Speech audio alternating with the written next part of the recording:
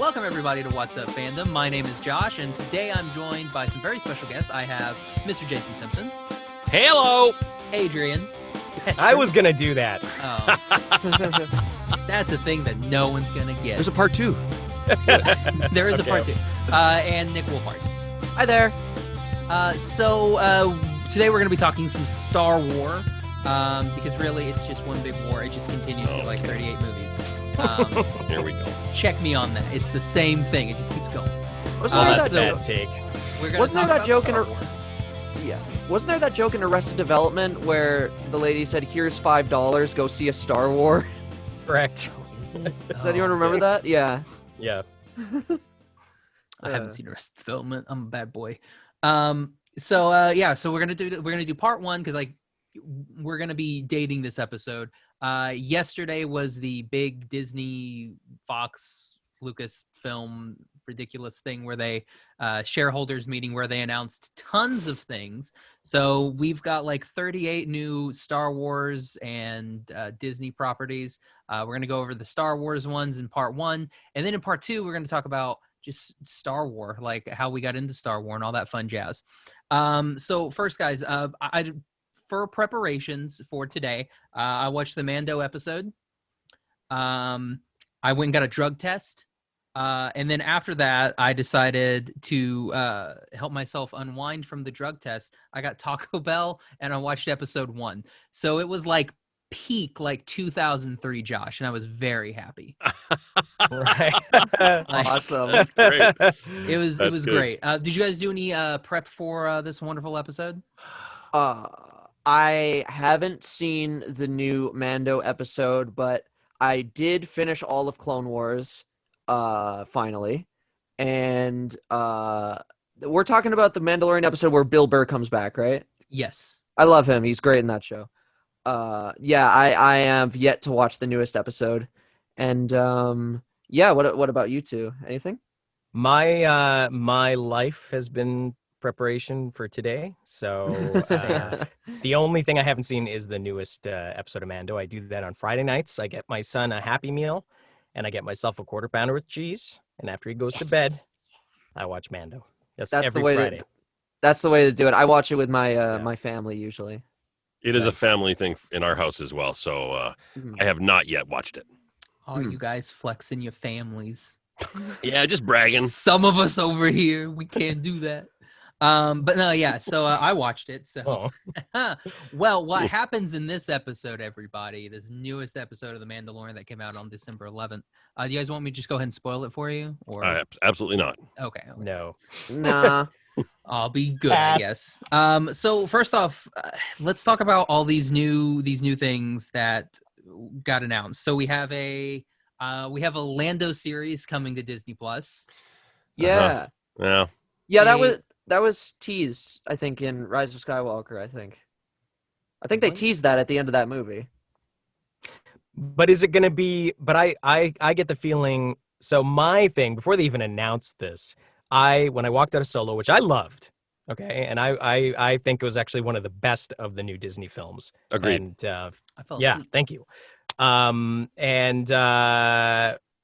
I walked out of there going, there has got to be a Lando Chronicles show, because he's sitting there at that one point and he's on the Falcon, and Donald Glover's recording like the Lando Chronicles and telling that story, and I was like, I want that, but I want them to take it and it be like Billy D at the beginning of the episode, and he's just like, once upon a time, and then it'll like go into like Donald Glover age, and have it like super stylized as though it's like in Lando's head, him telling the story, and just do something different and fun with it. That's so like How I Met Your Mother, where That's interesting. we could do like that type of thing. So like Billy D is doing voiceover, but then it's Donald Glover.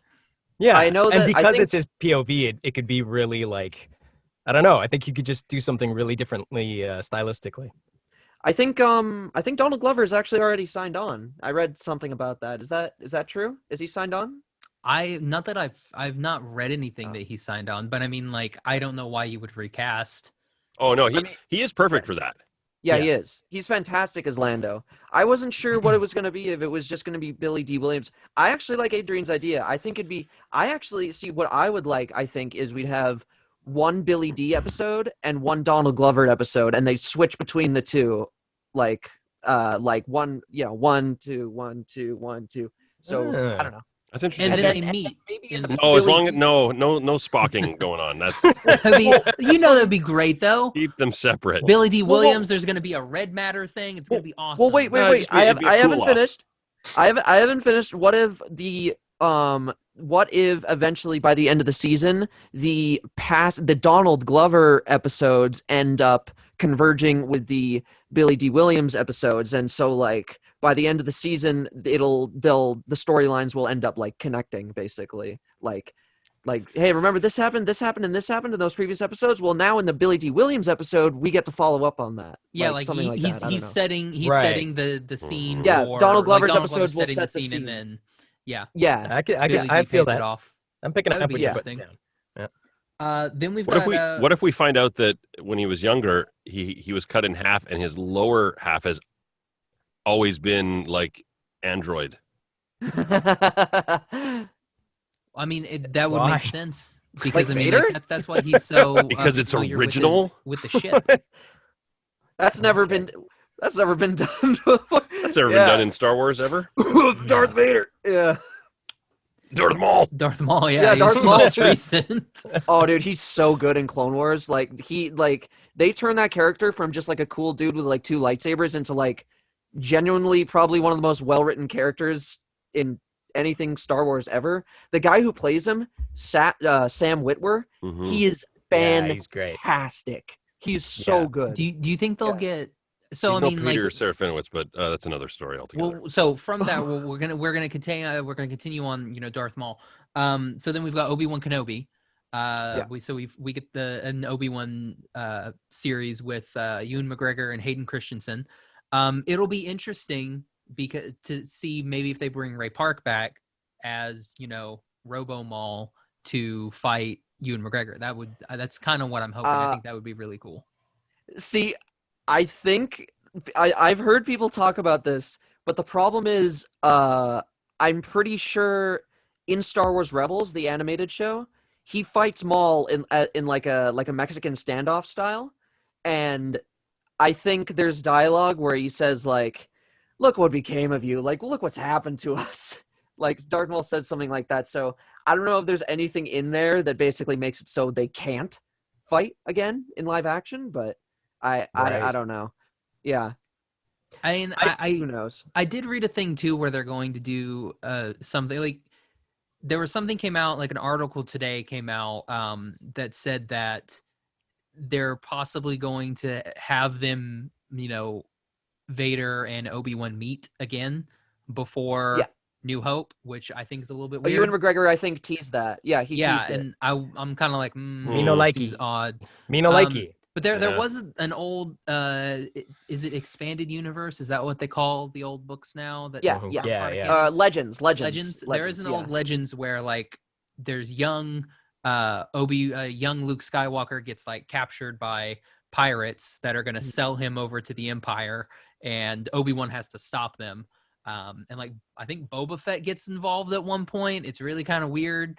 So I don't know, maybe if that's what they're going for, but that would be kind of interesting if maybe they kind of bleed a Here's little my bit into question: that.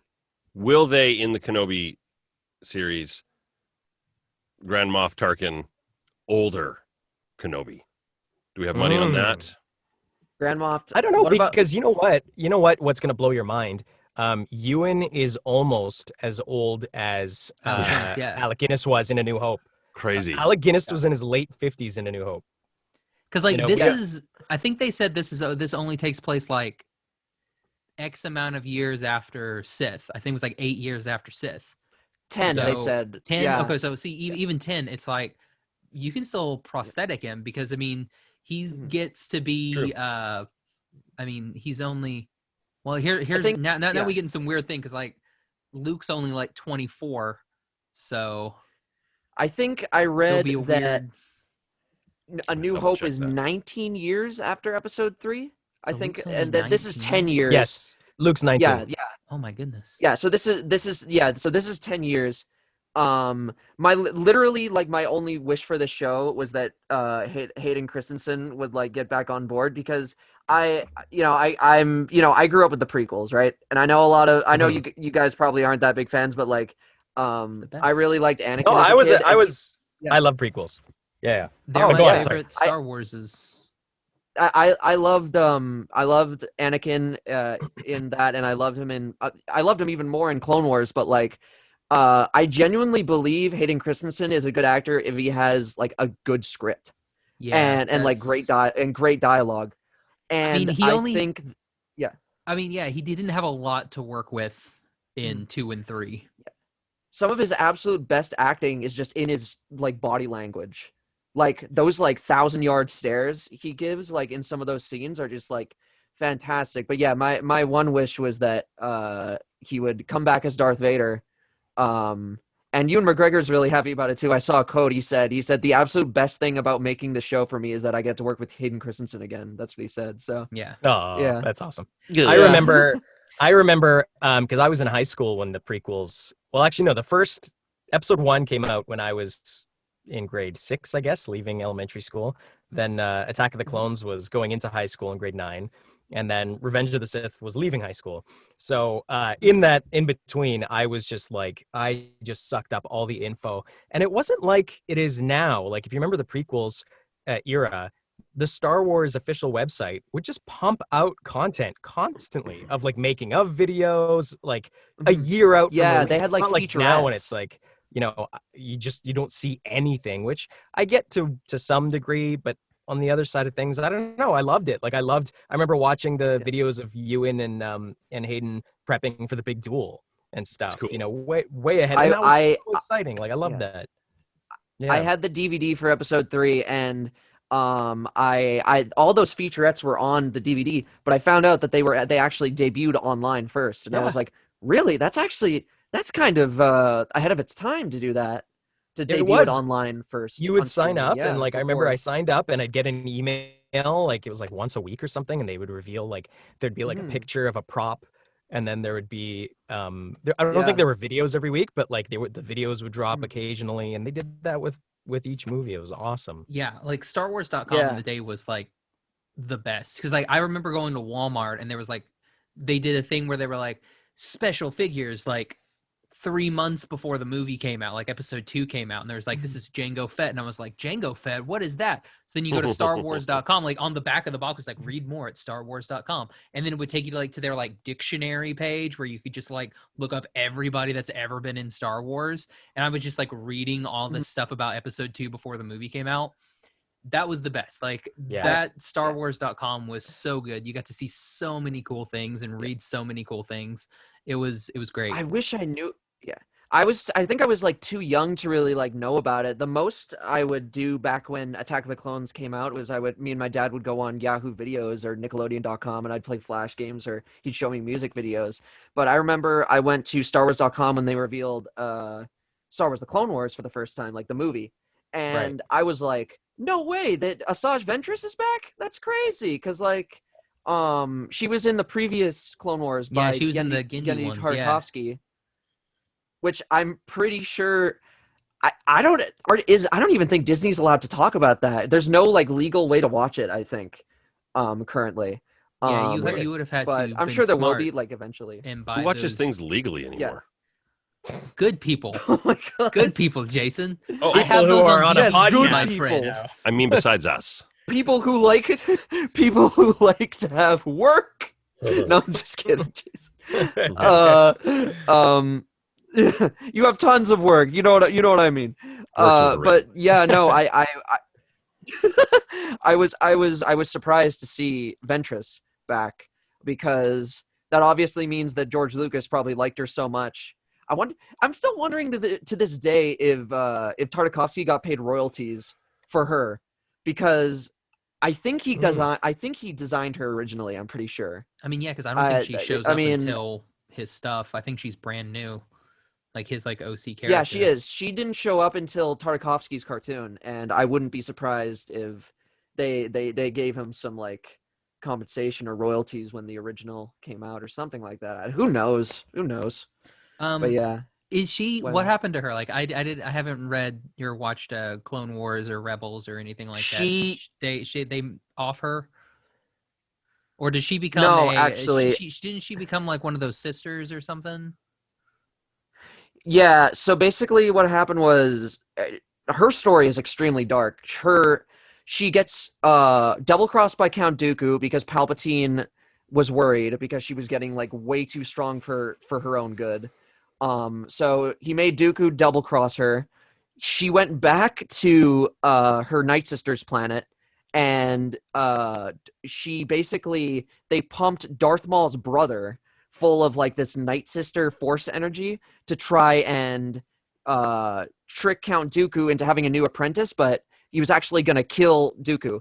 The thing is, Darth Maul's brother crossed them both, so he just went on his own. He went rogue on both of them, and then later on, Was his General name like, Grievous showed like up on her Gary home planet, Maul? and Keith Maul.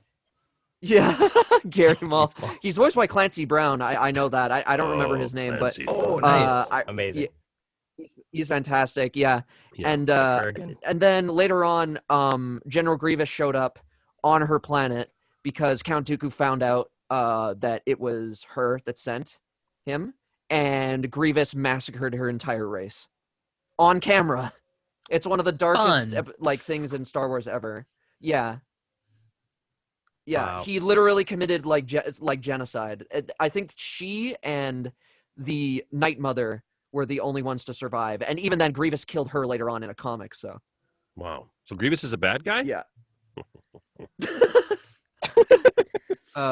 It's fun. It's funny. The voice of Grievous is actually, I think he's a sound designer at Lucasfilm primarily.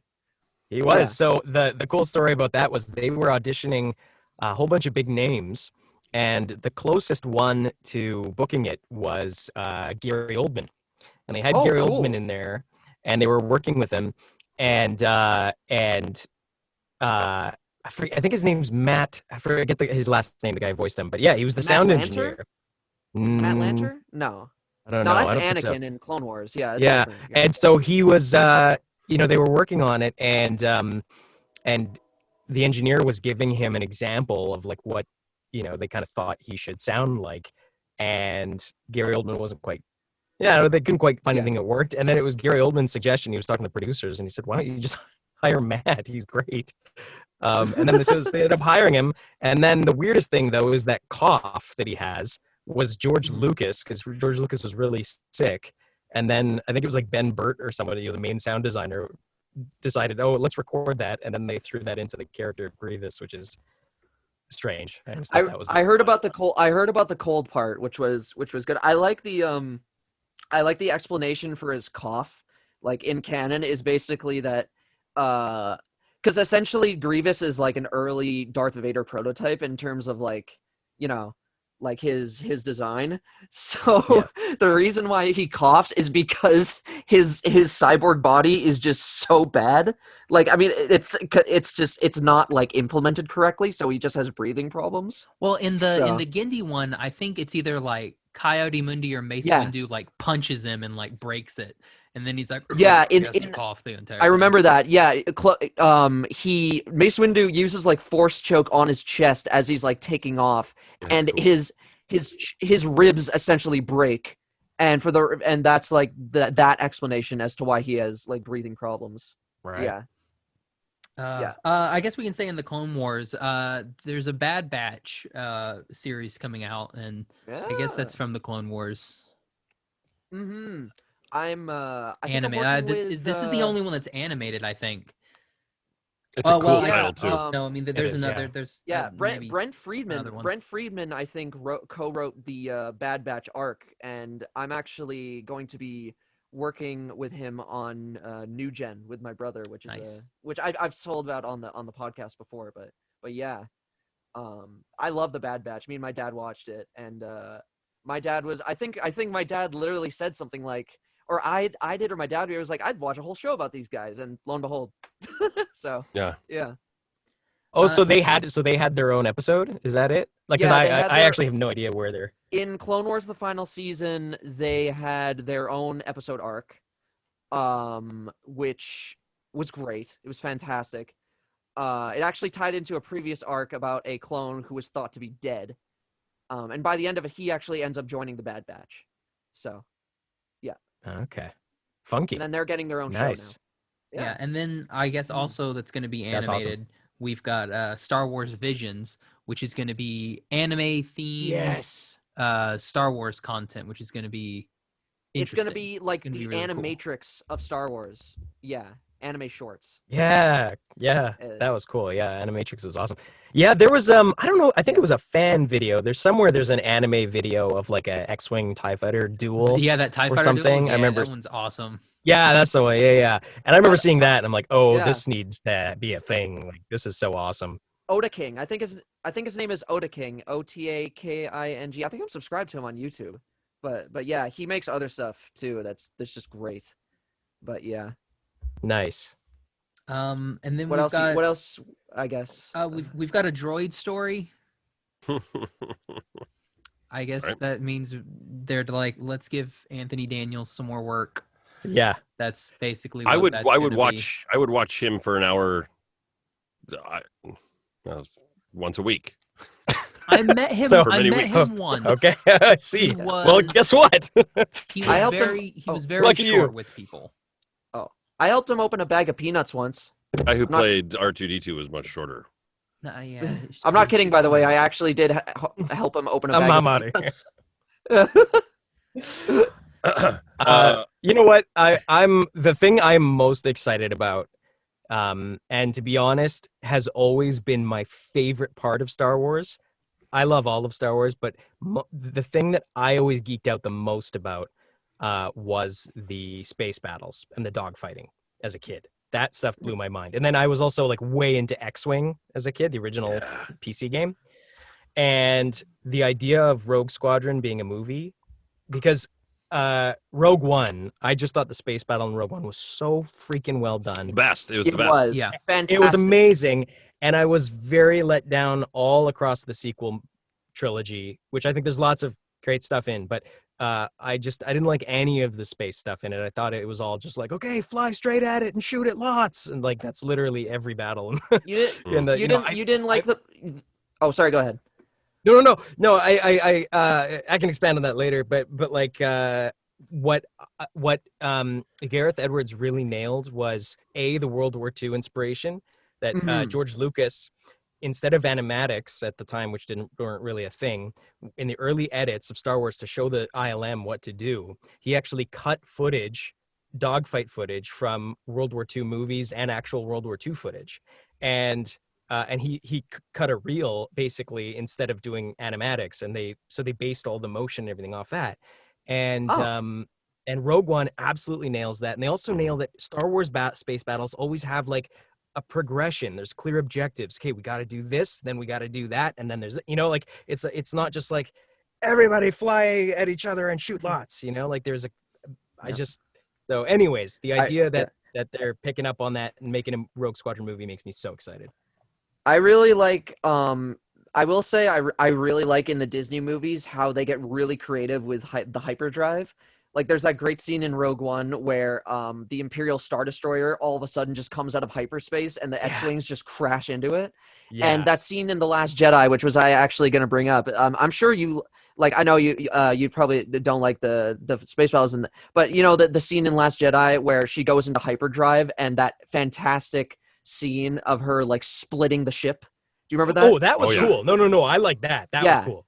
That was I just meant awesome. I meant the actual battles, like they the don't battle have a of- lot of Yeah. dogfights in these It's- new ones. Yeah, it's a little marvelly for Yeah. me in that there's just lots of cool shit happening on screen all at the same time, kind of thing. But there isn't like a clear. There's no progression substance the to it. battle. There's no a lot of substance and there's a lot of cool visuals, but yes, there's not a lot of meat and potatoes. correct. I think and there's I'm a- cool I'm a- substance. I think there's cool substance in the Marvel movies, but that's just me. No, I love Marvel too. I just mean the Oh. way they treat the battles themselves. So like, Gotcha. and that's not a blanket statement about all Yeah. Marvel movies at all, but just No. like Yeah. yeah, I know that one of my favorite like I love that scene in Infinity War where they're all fighting Thanos and like Doctor Strange grows like 10 hands and like he like shadow clones himself. And then Spider-Man's like going through all the different portals and he's like kicking him like you guys know what I'm talking about? He's Sure. like, Of course I know. like Yeah. that. So cool. Yeah. Yeah. That was great. Yeah. Rogue Squadron will be fun. Like I remember reading those books when the those are Rogue great. Squadron books came out. Those are really cool. And is it Patty Jenkins? Yep. That's And exciting I don't for know me. if you watched, they released a clip of her basically introducing the fact that she's directing it, and she references the fact that it's really cool because she's like she's on like a runway and you can't really tell what she's doing, and she's like She's rollerblading at the beginning. she's rollerblading like, at first, rollerblading. and then she's like changing her shoes, she's grabbing something out of her car, and she's talking about the fact that her father was an F4 pilot in the U.S. Air Force. Cool. And that her whole career she's been looking for a movie that she could make that basically inspired by her dad. That's cool. And she could never find the right script until now, and then she puts on the X-wing helmet, and I got goosebumps. I was just like, yeah, that's you awesome. you see her That's walking off, and cool. she's Like, putting on the orange X-wing jumpsuit, Yeah. and That's she's cool. walking towards an X-wing. It's really dope. Wasn't That Chris gives me- Pine's that's the other thing- character? Oh, I was just Sorry? I was just gonna say, wasn't Chris Pine's character in Wonder Woman? He was a fighter pilot. Yep. oh, that's right. He was a Yeah, yeah. pilot. Oh, right. Yeah, yeah, Steve yeah. Trevor's always been. He's been a fighter pilot. Well, yeah. But she got creative with like those scenes with like the all the bombs going off, and in the sequel, I saw in the trailer there's like a whole bunch of like fireworks that go off while they're flying in the plane. So Right. Yeah. yeah. Apparently, Mhm. there's something on the 15th. Like, I guess they're showing it early. I guess there's some like It's on fan HBO. event thing. Yeah, Or something. Yeah, there's some Yeah. like fan event. They're like virtual premiere, and I'm like, I don't know if they're actually gonna show the film, early before Christmas, or if they're just gonna be like, here's a bunch of DC fandom stuff. Are we talking Right. Wonder Woman 84? Yeah, 84. Yeah. Oh. Adrian, sorry, I interrupted you. What were you gonna say? I think I was just riffing on that, and that just one of my favorite, what do you call it? Like I don't know if it's a trope or whatever, but one of my favorite Star Wars things that Rogue One also gave me, and Force Awakens did it too really well, is I love when, and it also goes back to old war movies, when they scramble to get to their fighters. And whether it's, the lead up to, it builds tension. You see the guys putting on their gear and they're climbing up the ladder, and you're just going, and Rogue One did it so beautifully too. And you're just like, oh my God, not all these guys are coming back. You know what they're facing. Yeah. I love, and actually Patty Jenkins' video reminded me of that. And that's just one of my favorite moments in any Star Wars movies, when, even in Battle of Hoth, when they're climbing into their, and they're pulling the cockpit. I was gonna say, I think the best example of that, I think, is probably the Battle of Hoth, where they're all just scrambling because like, oh crap, the Empire's coming, so they all just like scramble to their fighters and go to fight. Yeah. I guess staying on Rogue One, we've got the Andor series coming out. So I'm kind of hoping. So here's what I'm hoping. I'm hoping that somehow Cassian is going to be like a prince, and then he could be like Prince Cassian. I think that would be amazing. I know nothing about that character. Like they didn't really go into his backstory in Rogue One, right? Like they just mentioned that I don't remember. He says that he's been fighting since he was like 8 years old. Or Yeah, something, since a child. Yeah. Okay, so they can do a lot with that. They can do a lot with that. They could make him a There's, Gundam like, pilot. He could be, he's been a child soldier. He could be a thing. prince, like yeah, that's what I'm saying. Like you make him a be prince from like and royalty. then you bring Eddie Izzard in, and he could be like a talking Jawa, and it'll be Eddie great. Izzard should be involved. I think Eddie Izzard should be involved in more things. Yeah, absolutely. Is he not in any of the Star? Does he not do No. anything? No I voices don't anywhere? think he's in any of the Oh, Star wow. Eddie Wars. Izzard. He should have already been. Like the in. Death Star canteen skit is just like one of the best things ever. Oh, it's amazing. So good. Yeah, like that'll be interesting. I was hoping more for like a Poe series than a Cassian series. Well, you might get that with that New Republic show. I mean, he might show up once or twice, maybe. I don't think so. I think with New Republic, I think that's going to tie in, and that's another one we've got, Rangers of the New Republic. I Yeah. think that's going to tie in more with their book series that they're doing. They're like prequel book series, which is also New Republic. Oh, And I thought that was the it's High Republic. oh shoot, it is the High Republic. That's the other show. Well, The that's the book series. There goes all of my notes that I had about the. what's From the show's Republic. what's the show set in the High Republic called? That's supposed to be like an espionage series. I don't remember what that it's got called. scrapped. No. It just got announced yesterday. Really, I thought that was the one from a while ago that got scrapped. No, Is that they Acolyte announced maybe? the Acolyte. Yeah, that's it. Okay. They announced they're making a new High Republic like book series thing, and the Acolyte is set during the High Republic era. That's a great name. Which, yeah, the Acolyte, which is cool. I'm excited for the High Republic because we have two authors Me too. that are going to be coming on the show later on next year, closer to the book releases that I'm very excited for. So Oh, they're the book write. Some of the book writers are writing on the show. That's awesome. oh no, no, they're coming on our show. They're coming on the podcast. Oh, that's sick. They're coming Fantastic. on the podcast. Congrats, dude. Yeah, congrats. Yeah. Oh, I was just gonna say I've been saying for years that like they should really dive into the Old Republic / High Republic era because they've never done it on film, and because there's so much you can do and it's never been touched. So thank God, finally they're diving into it. I hope we get to go back to Tanis. I miss Tanis. Like that would be really cool to go back to Tanis. I still have yet was that the to planet you play started on? That's this planet you start on that goes. Yeah, I in remember Knights of that, the Old yeah. Republic and Oh, boy. KOTOR. I haven't played any of the KOTOR games. I still have You should to, play but KOTOR. It's but- great. It was I'm big. just KOTOR very 2, excited the that we're. Handmaiden's the best. I'm just very they made those games in Vancouver, I think, actually. BioWare made it. Yeah, I they're believe. BioWare. Yeah. And Yeah. oh, go ahead. No, I was gonna go on a tangent. You guys keep going. No, tangents. That's what this Oh. podcast Tangent. is for. Go ahead. All right, tangent. Before any of that jazz, in the middle of the '90s, they had these. I think that was like the Dark Horse era of the comic books, and they had the Tales of the Jedi, which were like Exar Kun and all that, like Ulic Qel-Droma and all these like ancient Jedi and all this stuff. And that was before the Old Republic stuff was coming out. And I actually credit this to be one of my inspirations for becoming a voice actor. They had these books on tape that were fully produced with sound cool. effects and full dramas, fully acted and everything, with full cast and everything. And I used to fall asleep to them. And I only had like 2, and I would just keep putting the tape in and, whatever. They were so good. Oh my God. So And if you those- ever, I don't know if you can still find those anywhere. Those but came yeah. with books, didn't they? Wasn't it like and they were like 30 minutes long? Turn the page when you hear the bell. No, they didn't come with books. They were okay. you could get, no, because they were fully, I'm trying to remember. It came in its own package and you would open it up and it had 2 cassettes and it was all awesome art on it and everything.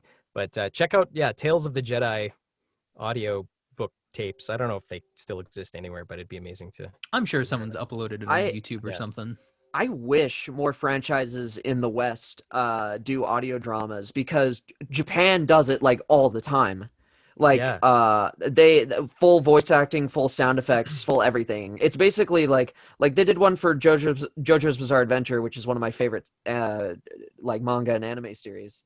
And it was like I was listening to it and I was like, "Oh, this is literally just an episode but like in audio format. That's so cool." Yeah. So, yeah. That'd be Yeah. so sweet for them. I mean, people are into podcasts and stuff now, and like Audible and stuff. So like, let's bring back the audio drama. Have you I guys know, listened yeah. to any of the Star Wars the Star Wars Audible stuff? I've been meaning to listen to Ahsoka because I finished Clone Wars, and I know that she doesn't help form the rebels, but I know she's one of the very first rebels, and she becomes Leia's scout.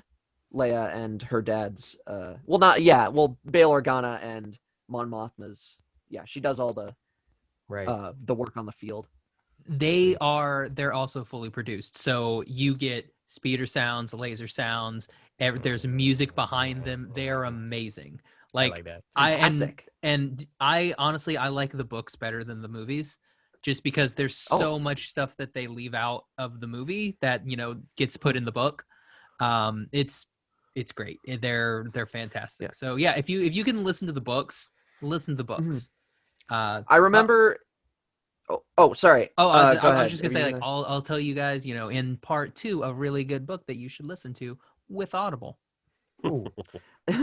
I remember hearing that in the episode 3 novelization, the part where Anakin gets denied the rank of master, a part of the reason why he gets so mad, not just because he's worked so hard, is also because if he was granted the rank of master, he would be able to go into the Jedi archives and find out more about Darth Plagueis and like the secrets of saving lives by using the Force. But that wasn't in the movie. Yeah, it was in the book. So yeah. Yeah, they do so much more stuff in there. Like there's a whole part in Last Jedi that makes a lot more sense. There's another good part that's in well, it makes you not really like Rey a lot in the book, at the end of Force Awakens, because she kind of it basically implies that she thinks Poe's pretty hot, and while Finn is like in a back to tank dying, pretty much fun times, and she's just like, oh, he's pretty cute, and you're like, all right, Rey, I got you. He is, but He is, yeah. still, Yeah. and then Just I guess love. finally we do have Ahsoka. So we have a big Star Trek fan, Rosaria Dawson, returning as Ahsoka Tano to be Ahsoka. Was she on your podcast at some point? I know. I wish she was. I got she's on Last Kids on Earth. She plays Rezok, and my character gets beaten up by her and possessed by her multiple times. So that was pretty cool. So you basically get your ass kicked by Ahsoka Tano. Basically. That's fantastic. Yeah. New Ahsoka, I guess older Ahsoka. I think Ashley Eckstein is Clone Wars Ahsoka. Yeah, she's Clone Wars Ahsoka. I think Rosario Dawson is like perfect casting for that. She was great. like I was worried because like Ahsoka's like one of my favorite characters in Star Wars. I watched the Mandalorian episode. I was sold. Like I was immediately. Yeah. I don't know what she did. She must have done her research because you could just see on her face that like she's been through a lot, which is at this point in time exactly what Ahsoka is as a person. Like she got betrayed by the Jedi, people thought they could trust. She found out her master is Darth Vader, watched all her clones die.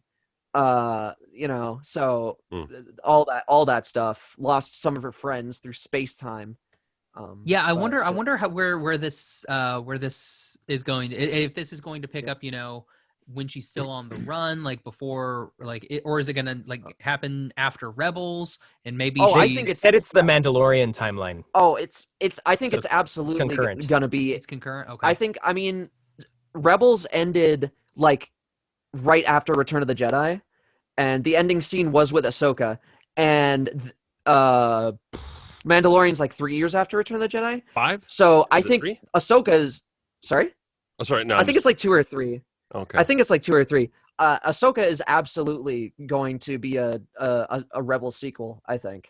Okay, like, I mean, I probably was won't wondering, have to. like, are we gonna find, or is she gonna try and find Ezra? Is that Oh, gonna be yeah. a thing? I mean, I think that would be really interesting for them to go in that direction. I mean, she literally said in her episode that she's looking for what's his name again? Admiral Thrawn. Yeah, and Thrawn. My favorite Star Wars. And Thrawn. Yeah, and Thrawn and Ezra disappeared together. So yeah, it's confirmed she's still looking for him. The thing I'm wondering though, because can we just do a real quick flash casting for Thrawn? Who you want as Thrawn? Yeah, Jason Isaacs. Mads Mikkelsen. Mads Maybe. Mikkelsen, Mads Mikkelsen. Yeah, that would be good. Michael Fassbender. No, wait, he was already in Star Wars. Oh shit! Yeah, you're right. Mads was. Yeah, Fassbender. Yeah. No, Fassbender is perfect. Fassbender He's would be perfect. really good. I was thinking Tenet would be pretty fun, just because he could bring David a little Tennant? bit of he could bring a little bit of that crazy in there too when we need it. I realized that Mads was actually already in Rogue One. Yeah, that's right. That's right. I just remembered. Yeah. He played a small part. A bit. Yeah. Nick, I interrupted you. Go ahead. Yeah. So I haven't actually watched all of Rebels. I know some of the story, but basically, Rebels ends with Ezra and Thrawn going through like space-time together, and Rebels and then it does like a time skip to like 15 years later or something, and it ends with Sabine, who is actually a Mandalorian, and Ahsoka going to search for Thrawn and Ezra. So I absolutely think that it's going to be about finding them, and I'm curious as to where Sabine is now, because what happened to her? I have no idea. I was kind of thinking, like, when we first knew about Mandalorians, I was kind of thinking that's what they were going to do. I thought it was going to be Sabine in there. Yeah. I'm honestly shocked that Sabine hasn't been Interesting. introduced into The Mandalorian yet, because I think she's going to be introduced next, because, I mean, we had Bo-Katan, who was the rightful leader of Mandalore. She was given the Darksaber, and then somehow Gus... Like, she Gus also Fring has a gets brother, it. so it'll be like... yeah, Gus Fring somehow gets it, and Los so Señores Locos. Bo-Katan... Yeah, Los Pollos Hermanos, and yeah, she's obviously trying to get it back in order to help take back Mandalore. So, I honestly think probably the next step is Sabine, because before Bo-Katan had it, Sabine had it. So, yeah. So maybe she could have some clues. Yeah, it'll be interesting, like, for sure. Yeah. Like, there's definitely a lot of good stuff coming out. Is there anything that you would like to see? Like, my only issue with this is I like, my favorite book series of any of the Star Wars stuff is the Republic Commando stuff. That was like my bread and butter by Karen Travis.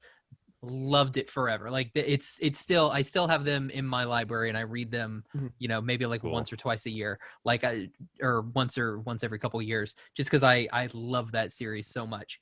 I wish that we could do something with that, because that is my one issue. Totally. Like, all of this stuff is like Rebel centric and Jedi centric, and I don't like the Jedi. I think they suck. Like, that's just me though. Like, I we can get into that in part 2, but like, I've just never really been a Jedi fan. About the Republic Commandos, they're actually in Clone Wars. They have a bit part. One. Yeah, but that means the game. Their games are no. It's the group from the Republic Commando video games. Oh yeah, 9 and 7. Yeah, they're in Clone Wars. But like only for like a little like scene, which means I think those games are canon. The thing I want to be canon, which I know a lot of people have been talking about, is I want Starkiller back, which was the main character in The Force Unleashed, Darth Vader's apprentice. Right. Oh. Yeah, who Sam Witwer also voiced before he started voicing Darth Maul. So I would really like him back. I would like somewhere. Oh, totally. I would do both are video game also. Either Dash Rendar. Dash would be amazing. That is the Empire. I think they actually confirmed recently that he's canon. But he's a completely different character. Right. I think they yeah. I guess you couldn't really, well, no, you could do Shadows of the Empire, but it intersects with like Han and Leia and all that, so it would be hard. Well, it also intersects with Rogue One, isn't it? Doesn't it? Because isn't it about like getting the Death Star plans? Isn't that? No, that's Dark Forces. That's Dark Forces. Oh, okay. Yeah. Okay. But on that note, that was going to be my other character. I would love Kyle Katarn because he's got an amazing arc in the video games. He starts in Dark Forces as like smuggler who's trying to get the Death Star plans, and then the sequel's Jedi Knight, where he finds out, he goes on this journey to become a Jedi, and then it's just fantastic story, and he was a great character. Maybe I think I was thinking of Katarn and not Dash Rendar. You could put Kyle Katarn and Andor, maybe. Yeah, that would be a cool like. Yeah. So I haven't played Shadows of the Empire, so I know Dash Rendar, but I don't know who he is. Like, I know the name. He's basically a smuggler. Han's friend. He's like a Han Solo type. Yeah, he was buddies with Han, and he had the Outrider, which I had the toy of, which was that Outrider's like a Millennium Falcon mixed with like a B-wing, so it could like pivot. Oh, yeah. They could also put him in the Lando series during Donald Glover's episodes. That you could put all these characters that used to be canon in in pretty certain much any- places and they would work. Like Thrawn was non-canon for a long time because he was in the 80s and 90s novels. Yeah, and then they made him canon. So I mean, anything's possible. Heir to the Empire, which I think is one of the best Star Wars novels of all time. You could put Dash in Rangers of the New Republic. You could throw him in there, give yourself a brand new character and be like, this is the new Han Solo. Yeah, totally. Since we don't have one anymore. Yeah. I would also like to see we have all these shows that are all action-packed and the Force and blasters and stuff. I just want a Cheers set in Cantina on Mos Eisley. Yeah, you never leave fun the for bar. like I think a couple. So you're talking about a sitcom? I think if they did like a couple. A sitcom, I want a Cheers with Space Norm. Okay. Space Norm. I want it set in the Mos Eisley Cantina. And I just, just for something different. So every time Space Norm walks in, everyone goes, "Roll and roll," or whatever. Yeah, exactly. Like, every now and then the stormtroopers kind of walk through and everyone gets all uptight and stuff. I think it's great. I want them to. I want them to cast Norm Macdonald as one of the characters. Speaking of Norm. Yeah. Yeah, I don't know. I just feel like he'd fit in like a space cantina because he's in the Orville. He's in the Orville as well, which is Seth MacFarlane's Star Trek show. I love Norm. Yeah, he is. He plays that giant blob alien dude, and I think he could work well in a show like that. He could be the bartender. Get more comedians in there. Bill Burr's fantastic. Yeah, he could be. Bill Burr's fantastic. Get more comedians in there, please. Yeah, it's great. Mm-hmm. I would like a I said next episode, but anyway, my favorite Star Wars books is like in this new part of Star Wars canon is Lost Stars. It's by Claudia Gray. It's about two kids. They grow up on this planet. He's rich, she's kind of poor, and their whole entire goal is to join the Empire. So they go and they join the Empire. She's stationed on a Star Destroyer, and he's like a pilot. And then the Death Star blows up. And then they had some friends on the Death Star, and it gets wiped out. So he starts having like these, trepidations about the Empire, like they don't really care about us. So he ends up joining the rebellion, and she's still part of the Empire, but they're also like childhood friends and in love. And I'm a sucker for a really good love story. So I was like in. So like that's what I want. So like there's this whole bit like he's on Hoth. It basically follows them from the end of Revenge of the Sith all the way up through the Battle of Yavin. Well, actually into the Battle of Jakku. So like it goes all the way through. Yeah. Wow. Like at the end of the book, really like unique. Like that entire thing sounds like at the unique. end of the book, like that Star Destroyer on Jakku, that's her ship. So there's this whole entire thing. Yeah, like they meet young Princess Leia back in the day. Mon Mothma's in it. Like they do a lot of really cool stuff. It's fantastic. It's like Star Wars Force Gump. Kinda, yeah. And like it's a love story throughout. Very Romeo and Juliet. Like he's rebellion, she's empire. And it's just phenomenal. Like I love that book. And I would love for them to make a series about that. It would be perfect on Disney Plus. Nice. Did anyone read the Darth Vader comics, the new ones, which I've heard are fantastic? I've only read like what happens in them. I've not actually read them. Yeah, there's this character in it who's I think a scientist, and she's straight up like she's this. I think she's like this super hyperactive scientist for Darth Vader, and apparently she's more evil than he is. So, and she goes so out of whack that Vader actually ends up like letting her go or something like that. And then she got her own series. What I'm trying to say is I would really like a villain-oriented show. Yeah, me too. Like, totally. Yeah, from the villain. Absolutely. Yeah, from the villain side. Yeah, we don't have anything from the and I Empire think in this slate of stuff that I'm really kind of sad about. Yeah, and I feel like in the old days, like in the video game days, you would have games like TIE Fighter or whatever, where you would just straight up play as an Imperial.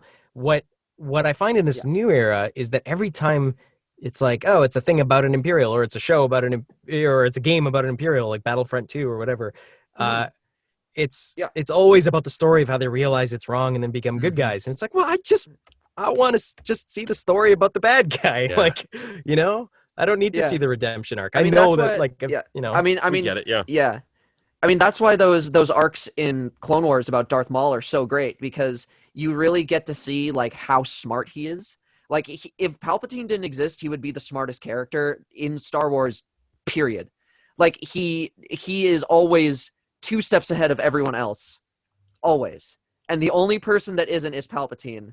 And what I absolutely love about the final arc of Clone Wars is that the entire arc basically it takes place like during Revenge of the Sith.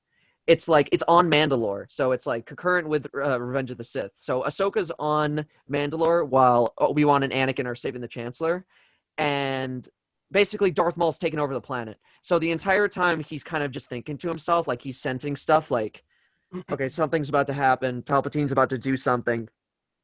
And then further and further you go into the arc, you start to see like his face start to like change, and you see, and Sam Witwer, because he's such a good actor, you start to hear like the farther it gets into the arc, the more scared and fearful he starts to get.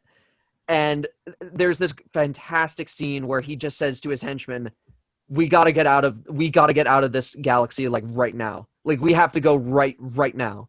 We have to get out, because once something's about to happen that will completely change the face of everything we know, and we cannot be here for that right now. So, yeah, we need to go into hiding immediately. Yeah, it's awesome. That's awesome. Nice. I think so. That's good for part 1. We're going to talk about Star Wars again in part 2. So, where can everybody find you guys social media wise, Adrian? I apologize. Andrew, where can we find you? Everybody calls me Andrew. I don't know why. Everything's my name, Adrian Petriw. So Twitter, Adrian Petriw. Instagram, Adrian Petriw. That's nice. That's and me. Jason? It's Justin, but yeah, thank you. Yeah, none of my socials are my name. So Twitter is at symbol Aboy Simpson. Attaboy Simpson. And then I just got that. I literally just got that. I'm not kidding. Is that Principal Skinner? I've never understood why. And then okay, anyway, sorry. Instagram. That's nice. I like that. I like being here for that. And then Instagram, maybe a little too genius. That was pretty good. And then Instagram is Simpstagram. Nice. I don't get that one. Yeah, it's weird. Nick, what about you?